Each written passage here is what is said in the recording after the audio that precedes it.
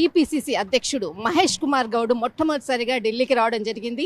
AICC అధ్యక్షుడు మల్లికార్జున్ ఖార్గే నివాసం దగ్గర ఉన్నాము. ఇప్పుడే సమావేశమై ఇప్పుడే బయటికి రావడం జరిగింది.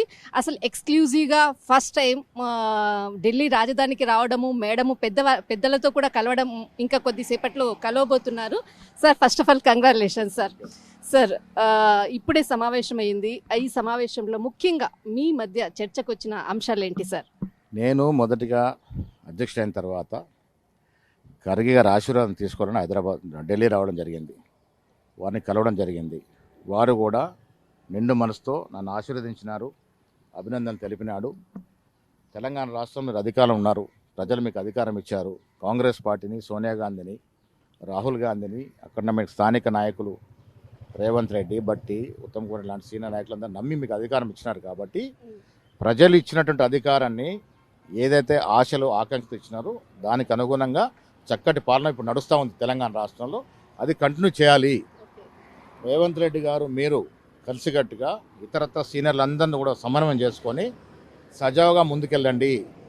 మీరు చేయాల్సింది పార్టీని బలోపేతం చేసి కార్యకర్తలు ఎవరైతే పార్టీ కోసం పాటుపడి కష్టపడినారో వాళ్ళందరూ కూడా మంచిలో భాగం కండి. వారి యొక్క ఆలోచనలు, వారి యొక్క ఆభిష్టం మేరకు ముందుకు నడవండి.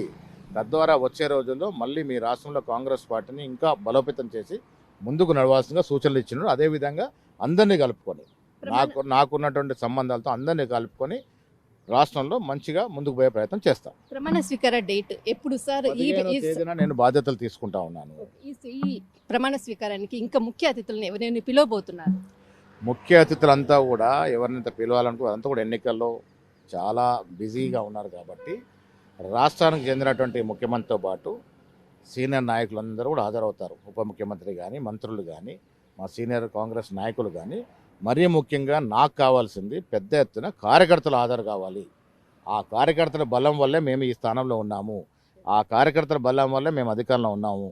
కాబట్టి నా ప్రమాణ స్వీకారానికి కార్యకర్తలు పెద్ద సంఖ్యలో రావాల్సిందని నేను కోరుకుంటా ఉన్నాను. మేడంని కలవబోతున్నారా? సోనియా గాంధీ గారిని అడిగినాము, మేడం అపాయింట్మెంట్ అడిగినాము. ఇవాళనో రేపో వస్తుందని ఆశిస్తా ఉన్నాం.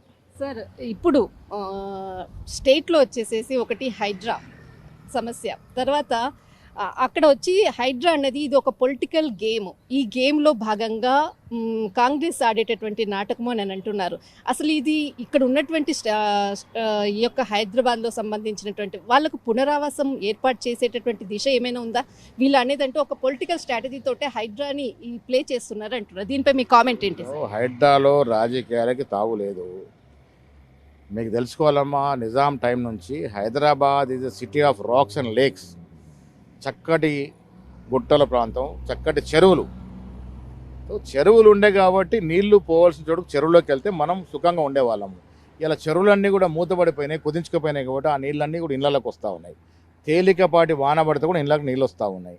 కాబట్టి పూర్వ వైభవం తీసుకురావాలని ఒక యజ్ఞంలాగా ముఖ్యమంత్రి గారు ఈ హైడ్రా కార్యక్రమం చేపట్టినారు. 99% ప్రజలు సంతోషంగా ఉన్నారు. మంచి కార్యక్రమం జరుగుతుందని అంటూ ఉన్నారు. ఎక్కడన్నా బీద ప్రజానికం ఇల్లు కోల్పోతే వారికి కూడా పునరావాసం కలిగే విధంగా ప్రయత్నం చేయాల్సిందని ముఖ్యమంత్రి గారిని కోరుకుంటా ఉన్నాను. సార్, దీనితో హైడ్రా తోటి రియల్ ఎస్టేట్ కుబేలైంది సార్. దాదాపు ఒక 1 వీక్ నుంచి రిపోర్ట్ చూస్తే ఎటువంటి అంటే ఏదైతే ప్లాట్స్ బుకింగ్ చేసుకున్నారో అవన్నీ కూడా క్యాన్సిల్ అయ్యేటటువంటి వార్తలు మాత్రం వినపడుతుంది. దీనిపై మీ కామెంట్ ఏంటి సార్? రియల్ ఎస్టేట్ కుదేలు అవడం అనేది అవాస్తవం అమ్మ. ప్రజలకు ఏమైందంటే ఇప్పుడు ఆలోచిస్తూ ఉన్నారు. అంతకుముందు గుడ్డిగా ఎవరు అపార్ట్మెంట్ అమ్మినా కొనేవారు. ఇప్పుడు అన్ని తెలుసుకుంటా ఉన్నారు. ఇది సరైన పద్ధతిలో కట్టినారా, సరైన ప్రాంతంలో కట్టినారా, దీనికి ఏమైనా అడ్డంకులు ఉన్నాయా అనేది ఆలోచించుకుంటా ఉన్నారు. కాబట్టి కొంచెం స్లో అయినట్టు కనబడుతుంది. కానీ పరిపూర్ణంగా ముందు హైదరాబాద్కు ఉన్నటువంటి భవిష్యత్తు దక్షిణాది రాష్ట్రంలో ఏ రాష్ట్రానికి ఉండదు. పూర్వవైభవం అవి ఆ చెరువులు, కుంటలు, రాక్స్ వస్తే పెట్టుబడులు వస్తాయి, ప్రజలు కూడా ఆకర్షితులు అవుతారు. దాంట్లో మర్మం అనేది చాలా దూరదృష్టి జరుగుతున్నట్టు కార్యక్రమం ఇది. హైదరాబాద్లో ఎలాంటి రాజకీయాలకు తావులేదు.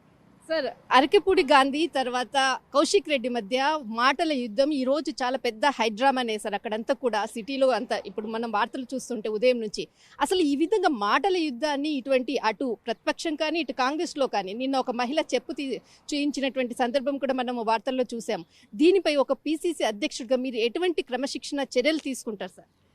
ఒకటమ్మా, ప్రతిపక్షాలు కానీ స్వపక్షం కానీ మాట్లాడేటప్పుడు భాష అంటే ఒక మహిళ చెప్పు తీసుకుని తెలంగాణ రాష్ట్రంలో దౌర్భాగ్యం ఏంటంటే 2014 తర్వాత కేసీఆర్ వాడిన భాష వల్ల ప్రతి నాయకుడు ఈ భాష వాడితేనే నాకు మంచి వస్తుందని అనుకునే స్థాయికి పోతా ఉన్నారు. దౌర్భాగ్యం ఇది. ప్రజాస్వామ్యంలో మనం మాట్లాడేటప్పుడు గౌరవంగా మాట్లాడాలి.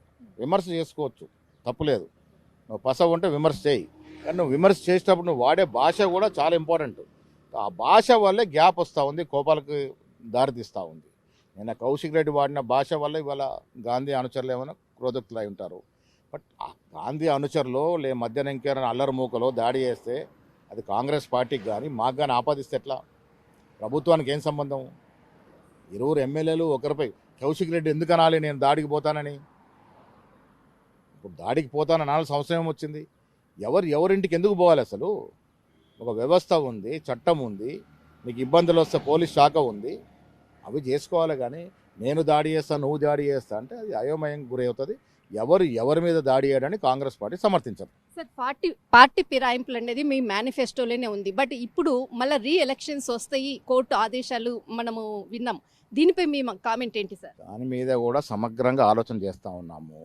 పార్టీ ఫిరాయింపులు అనేవి కొన్ని సందర్భాల్లో కొన్ని చోట్ల ప్రజల ఆమిష్టం మేరకు ప్రభుత్వం చక్కగా నడుస్తూ ఉంది, తెలంగాణలో అభివృద్ధి జరుగుతూ ఉంది, సంక్షేమ ఫలం అంతా ఉన్నాయి. అక్కడ నియోజకవర్గం ఎమ్మెల్యేకి ఒత్తిడి వస్తూ ఉంది కింది నుండి. మనం కూడా కాంగ్రెస్తో జత కడదాము, మనకు కూడా ఆ ఫలాలు వస్తాయి, ఆ ఫలాలు అంతా ఒత్తిడి వల్ల బీఆర్ఎస్లో జరిగిన కొంతమంది మనతో వస్తూ ఉన్నారు. ప్రజాస్వామ్యంలో ప్రజలు కోరుకున్నప్పుడు ఆ శాఖ మనకు వస్తే ఆహ్వానిస్తూ ఉన్నాము. చట్టం ఏం చెప్తుంది, రేపు కోర్టు ఏం చెప్తుంది, అంతిమంగా కోర్టు ఏ తీర్పిస్తుంది, అవన్నీ దృష్టిలో పెట్టుకుంటే ఆ రకంగా అప్పుడు వ్యవహారం చేస్తాం. సార్, రాష్ట్రంలో ప్రతిపక్షము మీరు అంటే ప్రభుత్వానికి ప్రతిపక్షం ఏదని అనుకుంటున్నారు సార్? అసలు ప్రతిపక్షమే లేకుండా పోయిందమ్మా. మేమంతా కూడా ప్రజాస్వామ్యాన్ని పరిపూర్ణంగా నమ్ముకునే వ్యక్తులము. ప్రతిపక్షం కూడా ఉండాలి సమర్థవంతంగా అని కోరుకునే వ్యక్తులము. ఇలా కేసీఆర్కి 39 సీట్లు ఇచ్చి ప్రతిపక్ష హోదా ఇచ్చారు. ఈ 9 నెలలుగా కేసీఆర్ని మీరు ఎక్కడైనా చూసారా? ప్రజాక్షేత్రంలో ఫామ్ హౌస్కే పరిమితమైనాడు. మన వానలు వచ్చి నానా బీభత్సం వస్తే కనీసం వచ్చి ప్రజలకు భరోసా ఇచ్చే ప్రతిపక్షాలు ఖాళీ చేయడం కొరకు ఈ హైడ్రాని వదిలేరంటారా? బాణాన్ని హైడ్రానికి సంబంధం లేదు. హైడ్రా వల్ల మా కాంగ్రెస్ నాయకులు కూడా నష్టపోతూ ఉన్నారు. 3 తరాలు దేశానికి సేవ చేసినటువంటి పల్లనరాజు సంబంధించిన ఆస్తి కూడా ధ్వంసమైంది. చట్టరీత్యా తీసుకోవాల్సిన చర్యలు తీసుకున్నప్పుడు కొంత నష్టం జరుగుతుంది. మెజారిటీ వాళ్ళ బాధ అంత ఏంటంటే ఇలా 80% నాయకులు ఎవరైతే నష్టం కాబోతుందో వాళ్ళంతా బీఆర్ఎస్ పార్టీలో ఉన్నారు, కబ్జాదారులు. వాళ్ళకి అది బాధ. దూరదృష్టితో హైదరాబాద్ నగరం మహానగరంగా ఉండాలి, మన వచ్చే తరాలకి హైదరాబాద్ నగరంలో ప్రశాంతంగా ఉండాలంటే హైడ్రా ముందుకు పోవాలి. Thank you. ఈ నెల 15న ప్రమాణ స్వీకారం పిలవడం కొరకు ఏఐసిసి అధ్యక్షుడిని పిలవడం కొరకు వచ్చాను. తర్వాత మరికొద్దిసేపట్లో కూడా అధ్యక్షురాలైనటువంటి సోనియా గాంధీని కూడా కలవబోతున్నాను. రేపు ప్రమాణ స్వీకారానికి ఖచ్చితంగా నా గెలుపుకు పాటుపడినటువంటి కార్యకర్తలు, ముఖ్యమైనటువంటి నాయకులను మాత్రము ఇన్వైట్ చేస్తున్నాము. తర్వాత రాష్ట్రంలో ఉన్నటువంటి సమస్యలను అన్నిటిని కూడా సామరస్యంగా పరిష్కరించడానికి సీఎం రేవంత్ రెడ్డితో కలిసి పనిచేస్తానంటూ టీపీసీసీ అధ్యక్షుడు మహేష్ కుమార్ గౌడ్ తెలియజేయడం జరిగింది. కెమెరామెన్ ధర్మతో కళ, ఢిల్లీ.